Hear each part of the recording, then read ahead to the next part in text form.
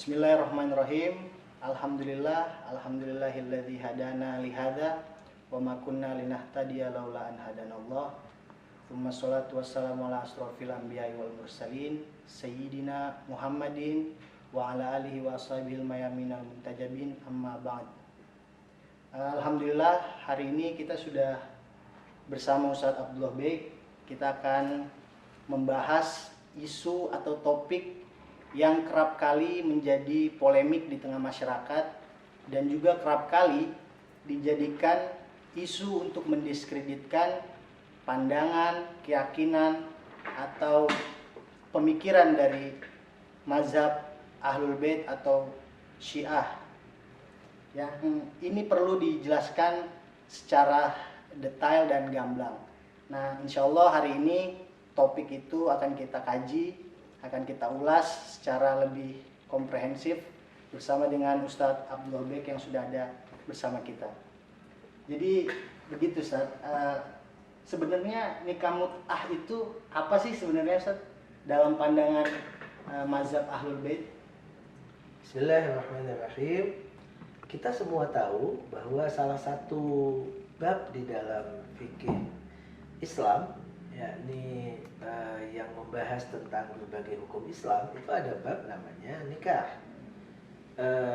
Nikah itu kalau orang belajar dari awal tentang sejarah Islam, begitu juga Quran dan hadis Nabi, maka akan dipahami bahwa nikah itu terdiri dari dua macam. Yang pertama adalah nikah yang permanen, artinya tidak ada penyebutan jangka tertentu. Ya, dia akan dipisahkan, akan menjadi katakan batal, yakni tidak ada lagi hubungan suami istri di saat adanya perceraian ataupun misalnya adanya kematian salah satu dari keduanya. Tetapi ada lagi jenis kedua daripada pernikahan yang pada saat akad nikah, yakni pada saat ijab qabul, itu ada penyebutan masa, ada penyebutan waktu. Itulah yang kedua ini disebut dengan nikah mut'ah, atau dengan kata lain nikah sementara atau nikah terjangka, gitu ya, nikah kontrak begitu bisa disebut begitu. Iya, kalau disebut dengan kontrak bisa saja, tapi tentu tidak boleh dipahami bahwa tidak seperti kemudian asal kontrak, gitu ya. Ada persyaratan-persyaratan yang harus dipenuhi. Jadi jangan kemudian bias pikiran kita bahwa kalau disebut kontrak ya sama dengan katakan kontrak rumah, sewa menyewa mobil dan semacamnya. Bukan begitu. Oke. Kemudian ini kan ada ya di dalam kajian pernikahan ya, dalam fikih. Apakah itu ada dasarnya Ustaz? Nikah kontrak itu atau nikah mut'ah itu ya di dalam Al-Qur'an maupun hadis, dan apakah pernah terjadi di zaman Rasulullah dulu? Sebagai sesuatu yang disepakati di antara para ulama dari berbagai madhab, nikah mut'ah itu disebutkan oleh Al-Quran, dasar hukumnya di dalam surat An-Nisa ayat 24, di dalam berbagai literatur tafsir.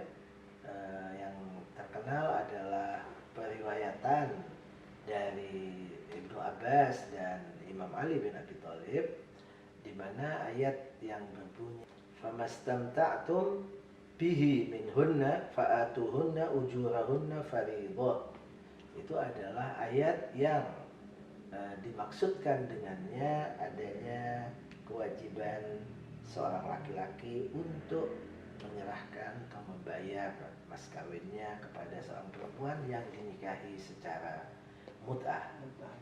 Begitu juga di dalam beberapa hadis yang menyebutkan, misalnya Bukhari dan juga Muslim meriwayatkan hadis yang menyebutkan tentang Khalifah Umar, menyebutkan adanya dua mut'ah yang ada di zaman Nabi, namun saat ini aku haramkan keduanya dan aku akan memberikan sanksi bagi yang melakukan keduanya, yaitu mut'atun nisa dan mut'ah haji. Haji tamattu dan nikah mut'ah. Dalam hadis yang lain ada penyebutan bahwa sebagian sahabat meriwayatkan bahwa kami dulu melakukan mut'ah dengan membayar mas kawin, baju atau kurma kepada seorang perempuan. Jadi kesepakatan ulama bahwa hukum nikah mut'ah itu adalah sesuatu yang pasti di zaman awal syariat Islam. Hanya saja menjadi sebuah perselisihan, yakni katakan perbedaan interpretasi dari apakah nikah mut'ah itu tetap berlangsung hukumnya ataukah dimansuh. Dalam istilah ulumul Quran kita mengenal ada nasikh mansuh. Apakah dimansuh oleh Allah melalui Rasulnya. Jadi murni sebuah penyimpulan terhadap hukum Islam di mana antara Ahlus Sunnah dan Syiah berbeda dari sisi adanya nasikh tersebut. Salah satu dalil yang menyebutkan bahwa nikah mut'ah itu tidak pernah dimansuh oleh Rasulullah SAW adalah hadis yang tadi diriwayatkan bahwa Khalifah Umar sendiri yang mengatakan bahwa dulu di zaman Rasulullah itu ada dan sekarang aku hapuskan, aku haramkan. Artinya yang mengharamkan itu bukan Rasulullah. Artinya belum ada pengharaman dari Rasulullah SAW. Karena itulah ulama seperti misalnya di negeri kita Profesor Dr. Ustadz Quraish Shihab, beliau memahami ada sebagian hukum yang memang seorang Amirul Mukminin atau khalifah atau katakan penguasa itu berhak untuk menonaktifkan sebagian hukum Islam, dan itu yang dilakukan oleh Khalifah Umar di zamannya. Itu sesuatu yang bisa kita baca di dalam berbagai literatur baik fikih argumentatif ataupun misalnya ayat yang berkenaan dengan tadi An-Nisa 24 atau penjelasan tentang hadis-hadis yang berhubungan dengan itu.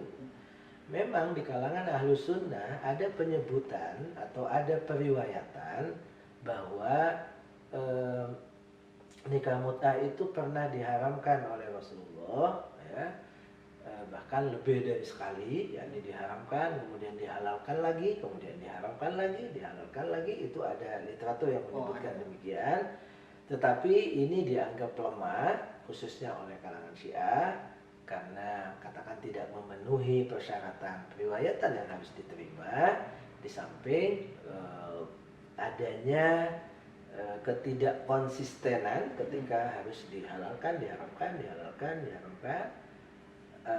Begitu juga apa yang disampaikan oleh Khalifah Umar itu sendiri yang diterima oleh katakan literatur Ahlus Sunnah sendiri.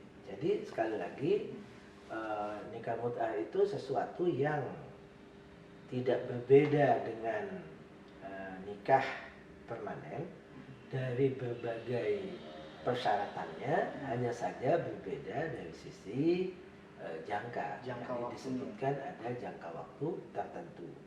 Bahwa nanti ada hukum-hukum lain yang menjadi konsekuensi tentu saja, tetapi intinya yang wajib digarisbawahi bahwa berbagai persyaratan yang diperlukan di dalam sebuah prosesi nikah seperti misalnya ijab qabul, ya, kemudian mas kawin, kemudian izin wali di saat seorang perempuan masih belum pernah menikah, ya. Kemudian juga diharuskan tidak adanya penghalang kebolehan menikah, misalnya apa yang kita sebut dengan mahram, yakni dia bukan ibu kita, dia bukan saudara kita, bukan juga bibi kita, bukan anak kita. Itu artinya mahram yang menyebabkan kita haram untuk menikah dengannya karena ada ikatan darah. Ya. Begitu juga ada yang namanya penghalang karena ikatan perkawinan, misalnya ipar. Saya tidak boleh menikah dengan adik istri saya ataupun kakak istri saya, yang itu namanya ipar. Itu dalam nikah mut'ah juga berlaku, tidak boleh orang kemudian menikahinya.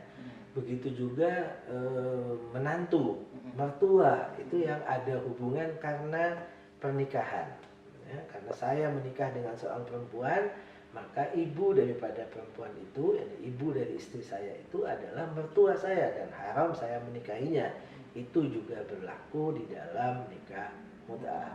Begitu juga bahwa diharuskan seorang perempuan sehingga boleh untuk kita nikahi di saat dia tidak menjadi atau tidak punya status sebagai istri orang lain. Kita tahu bahwa sebagai sesuatu yang boleh disebut fundamen dan niscaya di dalam hukum Islam, dalam fikih kita, bahwa Islam tidak mengenal poliandri. Islam mengenal poligami tapi tidak mengenal poliandri. Artinya bahwa seorang perempuan hanya boleh untuk punya satu suami dan tidak boleh lagi dia menikah dengan orang lain selama dia masih berstatus sebagai istri. Dan ini juga berlaku di dalam nikah mut'ah. Bahkan seorang perempuan yang sudah cerai dengan suaminya, seorang perempuan yang ditinggal mati oleh suaminya, yang artinya dia masih dalam kewajiban harus iddah, itu pun tidak boleh untuk melakukan pernikahan. Ini hukum itu berlaku juga buat dia. Juga berlaku, seorang perempuan harus menunggu sampai selesai iddahnya baru boleh untuk menikah. Oke. Berarti sampai di sini sebetulnya dari sisi pijakan hukumnya memang nikah mut'ah itu ada di dalam Al-Quran dan disepakati oleh mazhab Ahlul Bait maupun dari sunnah juga Ahlussunnah, Ustaz. Cuman memang interpretasinya kemudian yang makin kesini makin ada perbedaan.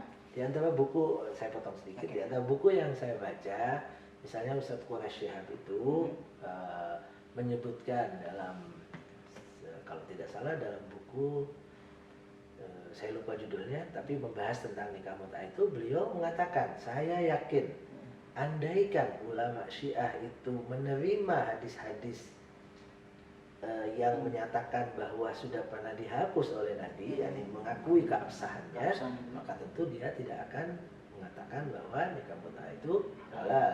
Begitu juga sebaliknya, andaikan ulama Ahlus Sunnah itu menerima keabsahan bahwa nikah mut'ah masih berlanjut dan tidak ada misalnya hadis yang menasikhnya, ya, jadi dengan kata lain tidak menganggap keabsahan hadis yang menasikhnya, maka juga Ahlus Sunnah akan mengatakan itu sesuatu yang halal. Jadi murni betul-betul adalah sebuah pemahaman atau hasil daripada apa yang kita sebut dengan istinbat, yakni interpretasi, dan itu menunjukkan bahwa kedua pandangan ini harusnya pandangan yang harus dihormati.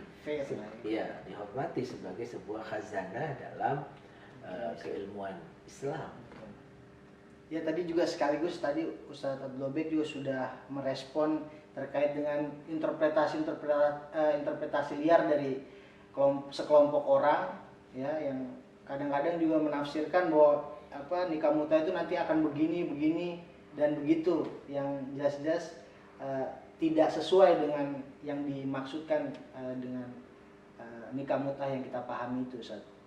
Jadi sebenarnya bagaimana juga nih bisa ditegaskan lagi nggak kira-kira untuk merespon yang liar-liar seperti itu, Ustaz? Iya, jadi sebagai sebuah hukum, kita diwajibkan untuk punya kejelasan hukum dalam artian, yakni ulama kita. Kenapa katakan ulama Syiah meyakininya sebagai sesuatu yang halal? Tiada lain adalah dalam rangka untuk menjelaskan sebuah kepastian hukum sesuai dengan dalil, gitu kan? Artinya seorang ulama itu akan dituntut menjadi sebuah tanggung jawab di hadapan Allah Subhanahu wa taala ketika dalil yang menghantarkan dia kepada sesuatu itu halal tapi menyampaikannya haram. Begitu juga sebaliknya. Mungkin orang tidak terlalu sampai ke sana pemikirannya. Mungkin banyak di antara kita mengatakan bahwa sesuatu yang katakan haram itu tidak boleh dilakukan, gitu kan? Sesuatu yang haram adalah tidak boleh dilakukan dan juga tidak boleh kita anggap sebagai sesuatu yang halal. Begitu juga sebaliknya, sesuatu yang halal itu tidak boleh kita anggap sebagai sesuatu yang haram. Walaupun di sini ada sedikit berbeda, sesuatu yang halal itu tidak sama dengan sebuah kewajiban. Artinya betapa banyak perbuatan halal itu, tetapi kita punya kebebasan. Namanya halal itu artinya punya kebebasan untuk melakukan atau tidak melakukan. Karena itu sebagai sebuah kesalahan menurut saya ketika diidentikan bahwa pengikut Ahlul Bait pasti misalnya melakukan mut'ah. Pasti meyakini bahwa mut'ah itu halal, iya. Sebagai konsekuensi bahwa dia mengikuti seorang marja, ya, seorang imam, sebagaimana di Ahlus Sunnah juga mengikuti mazhab tertentu seperti Imam Syafi'i misalnya, atau Imam Hanafi, Imam Hambali, dan Imam Maliki. Mereka adalah imam-imam yang melakukan interpretasi terhadap hukum-hukum Islam dan diikuti oleh kaum muslimin. Maka orang Syiah juga mengikuti para ulama yang melakukan interpretasi terhadap hukum-hukum Islam. Dan kalau itu sebuah hukum yang halal, bisa dilakukan, bisa juga tidak identik. Ya. Dan berbeda tadi ditegaskan bahwa memang kalaupun hal tidak diwajibkan, jadi bukan begitu pemaknaannya. Jadi kalau misalnya di antara para ulama itu anggap sebagai satu contoh membolehkan, misalnya ya, membolehkan untuk menikah dengan anak hasil zina, karena sesuatu yang haram yaitu zina tidak menyebabkan atau kehalalan untuk menjadi haram, gitu ya. Kan pada prinsipnya anak zina itu bukan anak kita, ya kan? Dia anak orang lain dalam syar'i, artinya dia bukan anak kita secara syar'i. Ya, ada di antara mazhab yang 4 Ahlus Sunnah yang membolehkan orang untuk menikah dengan anaknya. Tapi kan tidak bisa kemudian karena Anda mengikuti Imam Fulan itu, saya mungkin tidak perlu menyebutnya, Imam Fulan itu berarti Anda adalah pasti menikahi anaknya. Enggak dong. Menikahi anak Anda dari zina? Tidak dong. Tidak identik. Itu menurut dia adalah boleh. Boleh itu bukan sama dengan harus, bukan sama dengan wajib, gitu ya. Jadi tetap saja bahwa ini sebagai sebuah pilihan yang boleh dilakukan, boleh juga tidak. Ini sekaligus kita juga pengen mendengar pandangan dari Ustadz terkait sesuatu yang sangat jelas sekali bahwa MUI ketika menyampaikan fatwanya itu adalah fatwa sesuai dengan apa yang sudah difatwakan oleh para ulama mazhab Ahlus Sunnah. Paling tidak di antara imam yang 4. Jadi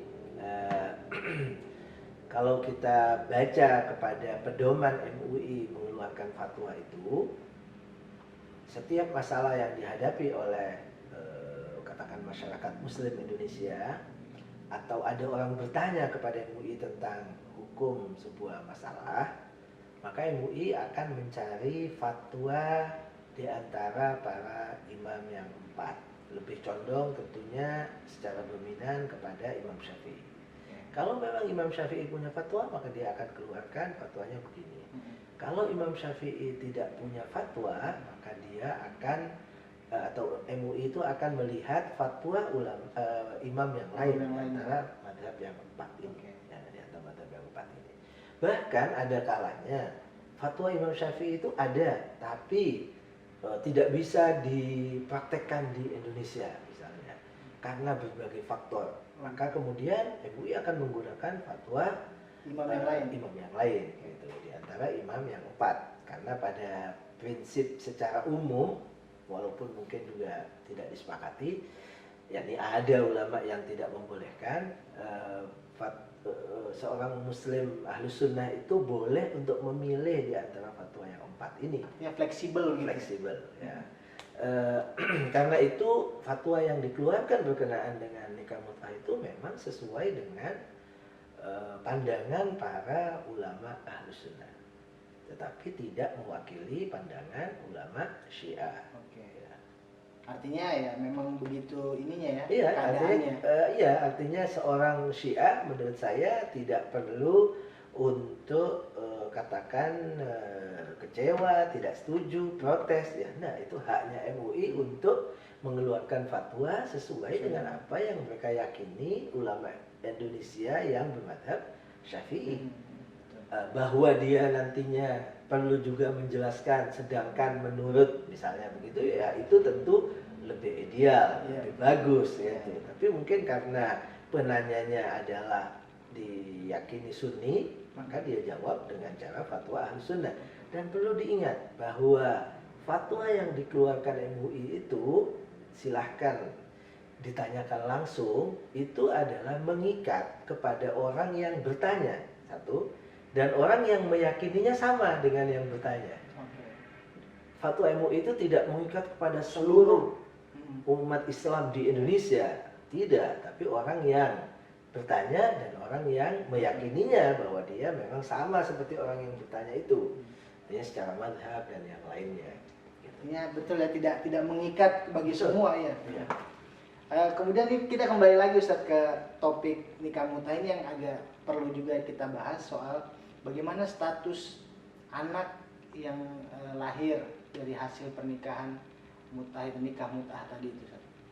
Ya, salah satu yang sama antara nikah mut'ah dengan nikah yang permanen adalah berkenaan dengan hak nafkah bagi anak, ya.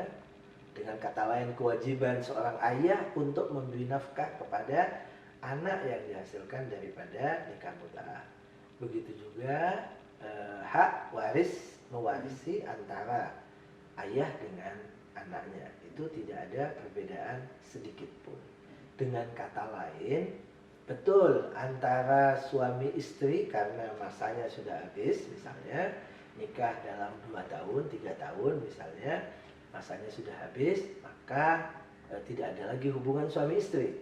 Tapi si anak, baik itu bersama si ibu ataupun si anak itu bersama si ayah, sama saja si anak berhak untuk mendapatkan nafkah daripada ayahnya sampai pada usia tertentu bisa mandiri dan seterusnya, seperti yang disebutkan di dalam kitab-kitab fikih. Begitu juga dari sisi saling mewarisi antara anak dan ayah, ayah dan anak itu juga tetap ada di dalam pernikahan mut'ah. Gitu juga anak dengan ibunya. Seorang anak juga akan mewarisi dari ibu yang melahirkannya walaupun dari nikah mut'ah. Begitu juga seorang ibu akan mewarisi dari anaknya yang dilahirkan dari nikah mut'ah. Tidak ada beda. Dengan kata lain, posisinya persis sama seperti seorang suami istri yang bercerai. Jadi dalam nikah permanen, jika suami istri itu bercerai dan dia punya anak, maka tetap saja anak itu tanggungan suami sampai batas tertentu dan tetap ada hubungan saling mewarisi antara anak dengan ayahnya, anak dengan ibunya. Artinya tidak ada perbedaan ya? Tidak ada perbedaan dari sisi ini. Dari sisi itu. Jadi juga tidak ada kemudian kekhawatiran bahwa anak akan terlantar dan semacamnya. Bahwa ada oknum yang melakukan begitu, tentu itu bukan menjadi sebuah ukuran, bukan barometer, dan bukan kemudian akan menghapus sebuah hukum. Dalam nikah permanen juga pasti ada oknum-oknum ayah yang menelantarkan anaknya, baik masih dalam hubungan ikatan suami istri dengan ibunya ataupun bercerai. Itu betapa banyak juga yang akan terjadi penelantaran begitu.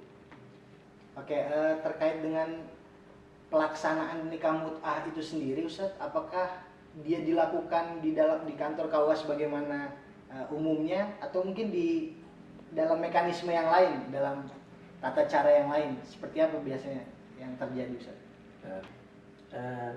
Sebagai seorang ustadz, saya adalah punya kewajiban untuk menyampaikan jawaban terhadap pertanyaan orang yang bertanya tentang sebuah hukum, tentang sebuah masalah sesuai dengan apa yang dia yakini. Sebagai seorang Syiah, maka saya akan ambilkan fatwa para ulama Syiah yang dia yakini, gitu ya, menjawab fatwanya.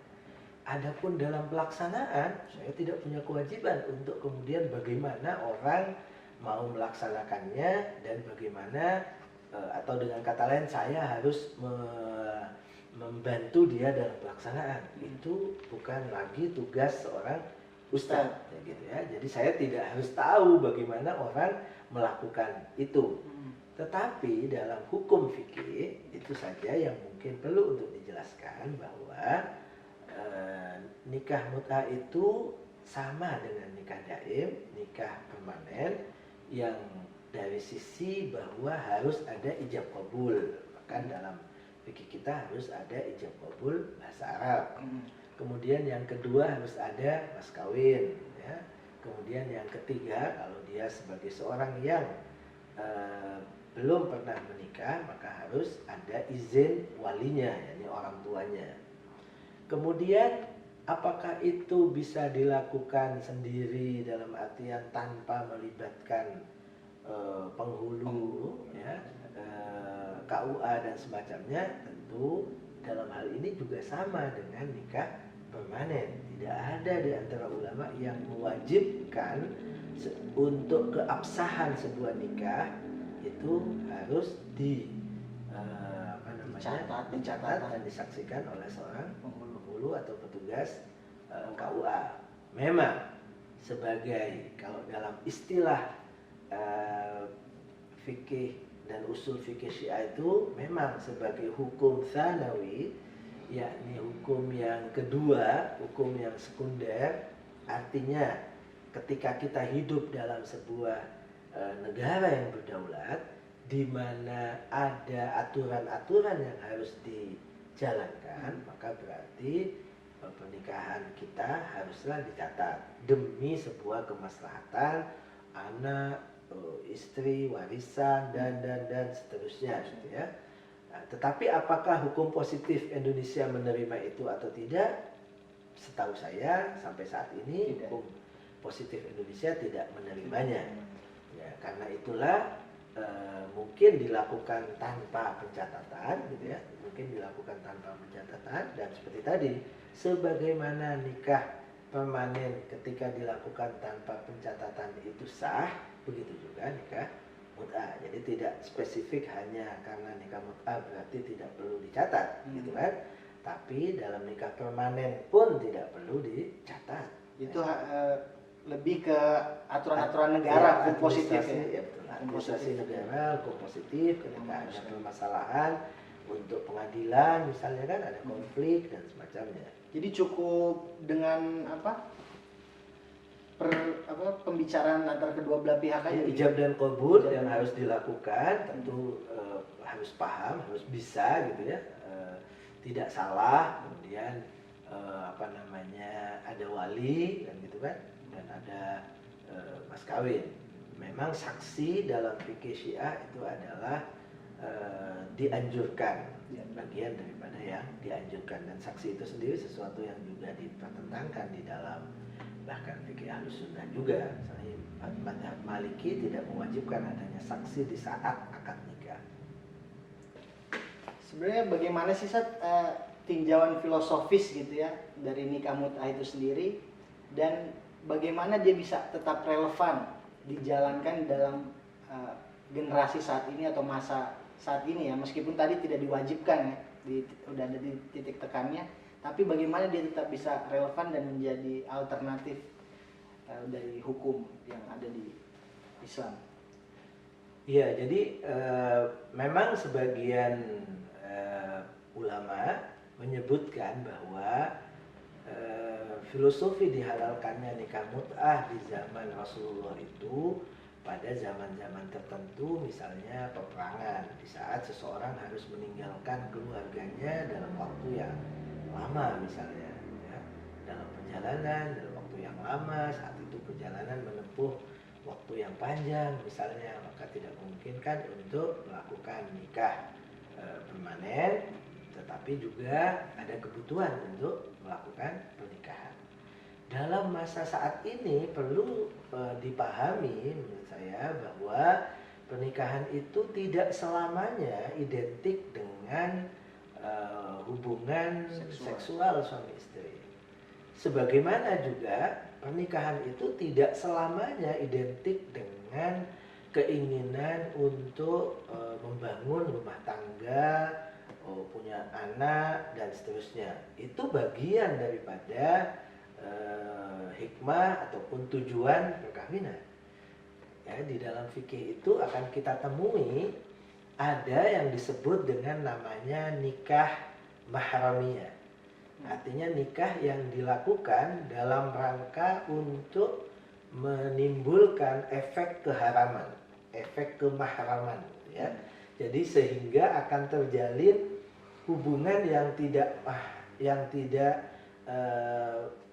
tidak haram untuk kemudian berada dalam sebuah ruangan, dalam katakan tanpa jilbab yang sempurna, atau dalam praktek-praktek ibadah tertentu. Misalnya dalam hukum yang berhubungan dengan ibadah haji, dalam fatwa misalnya Imam Syafi'i itu menyebutkan seorang perempuan yang perempuan artinya yang berangkat akan melakukan ibadah haji itu harus berangkat dengan mahramnya.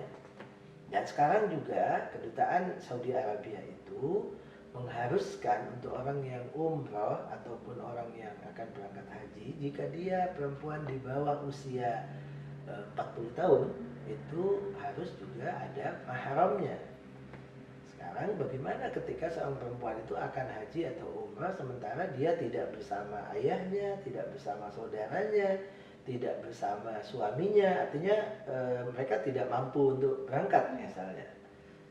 Sementara dia sendiri yang mau berangkat bergabung dengan rombongan.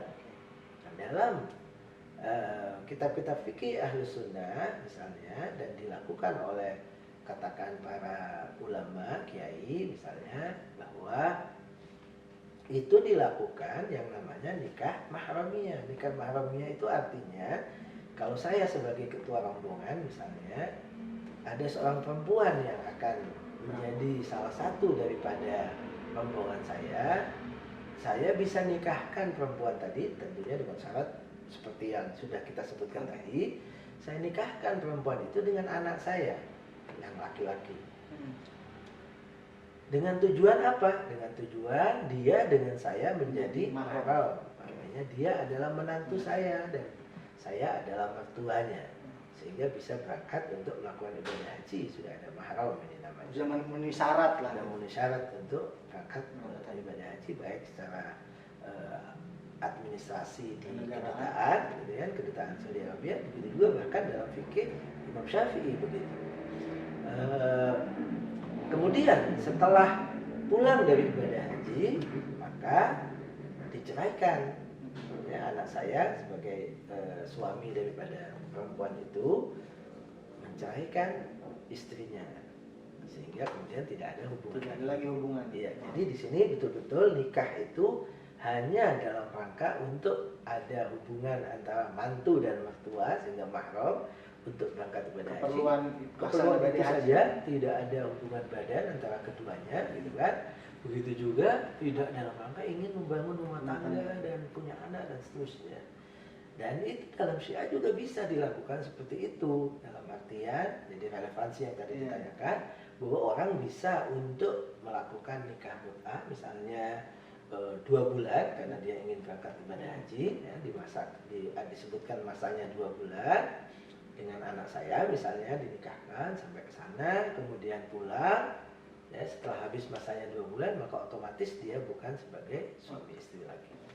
Atau dalam sebagian negara ada kebiasaan orang mau menikah itu ada masa antara meminang, ya, khitbah, meminang, sampai kepada pelaksanaan pernikahan, akad nikah. Di Indonesia juga berlaku itu, walaupun banyak di kalangan orang yang tidak menjaga hukum-hukum bahwa sebelum pernikahan, sebelum akad nikah itu tidak ada hubungan. Islam tidak mengenal adanya pacaran, Islam tidak mengenal adanya katakan apel, datang setiap malam minggu, ya, kemudian ngobrol, itu Islam tidak mengenal itu semuanya hukumnya haram, apalagi kalau kemudian tidak menggunakan jilbab sempurna, ya kan? Bagaimana supaya kemudian bisa seseorang untuk saling ngobrol, saling kenal, bahkan mungkin perlu mempersiapkan segala sesuatunya untuk pasca perkawinan, beli baju bersama, beli sepatu bersama, mengenal lebih dekat, menyiapkan tempat tidur dan semacamnya. Di sebagian negara itu dilakukan nikah mut'ah di antara keduanya. Kenapa nikah mut'ah? Bisa juga nikah daim, bisa juga nikah permanen, tapi ada konsekuensi. Konsekuensinya apa?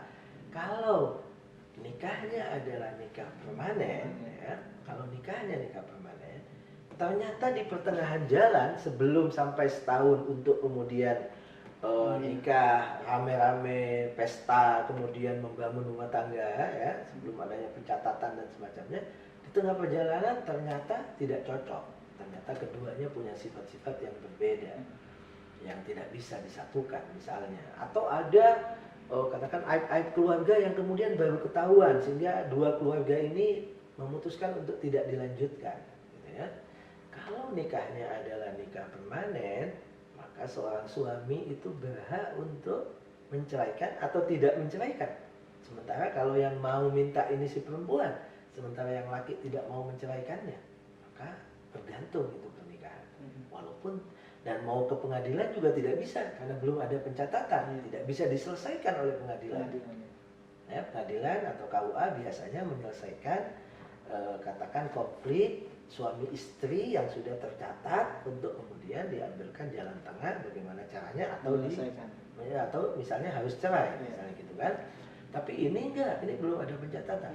Nah, dalam Syiah itu dilakukan bahwa ini nikahnya hanya setahun, dan kemudian setelah habis masa setahun baru misalnya nikah daim, ya, kalau ternyata mulus, cocok dan sudah siap berbagai apa yang sudah dipersiapkan, maka tidak ada permasalahan seperti tadi, ya, tidak ada permasalahan seperti tadi.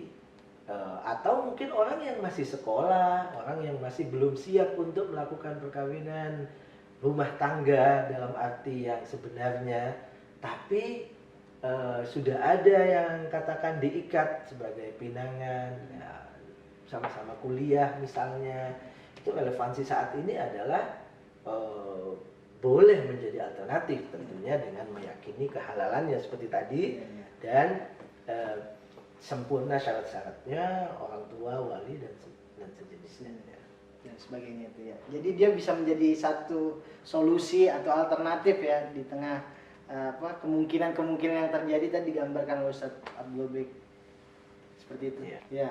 Jadi ada juga yang menginterpretasikan bahwa ketika terjadi pernikahan mut'ah itu nanti akan melazimkan munculnya banyak tindakan dan pelacuran begitu Ustaz di tengah masyarakat.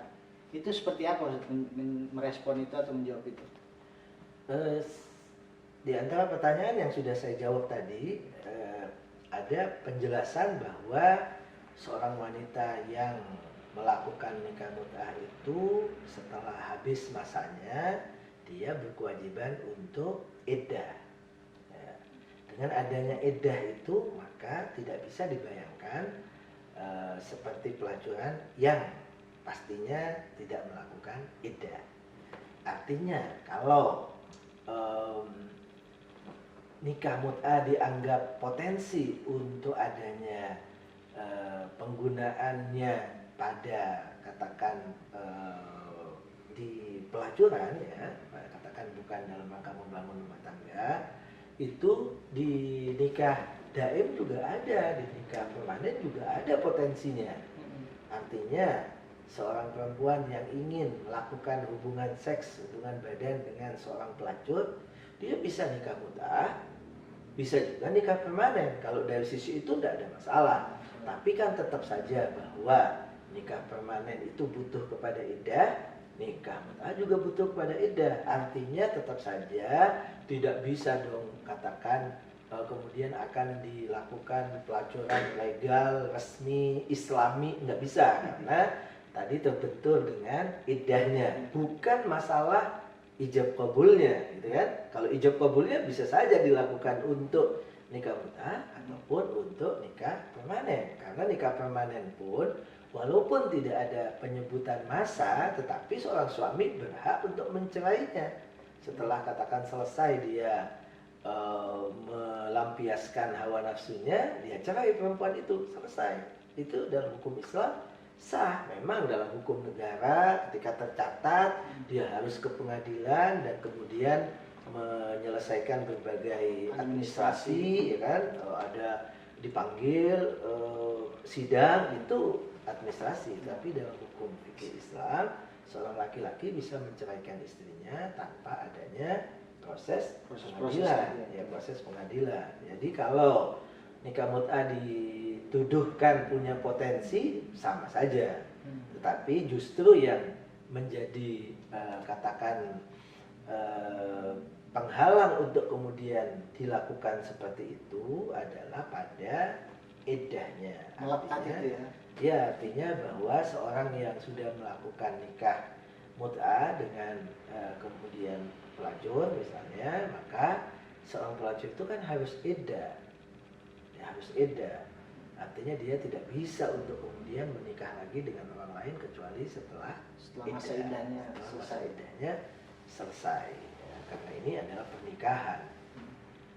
Oke. Terima kasih banyak atas semua paparan dari Ustadz Abdullah Bek. Semoga ini dapat menjadi referensi, kemudian menambah informasi kepada kita semua bahwa ternyata nikah mut'ah itu tidak sesederhana yang dibayangkan atau yang banyak dibicarakan oleh sebagian orang untuk tujuan-tujuan tertentu yang tidak jarang juga mendiskreditkan pandangan atau keyakinan dari mazhab Ahlul Bait atau Syiah itu sendiri. Sekali lagi terima kasih banyak pada Ustadz Abdullah Bek. Semoga bermanfaat dan kita akan bertemu dan membahas topik-topik yang lain. Terima kasih banyak. Assalamualaikum warahmatullahi wabarakatuh.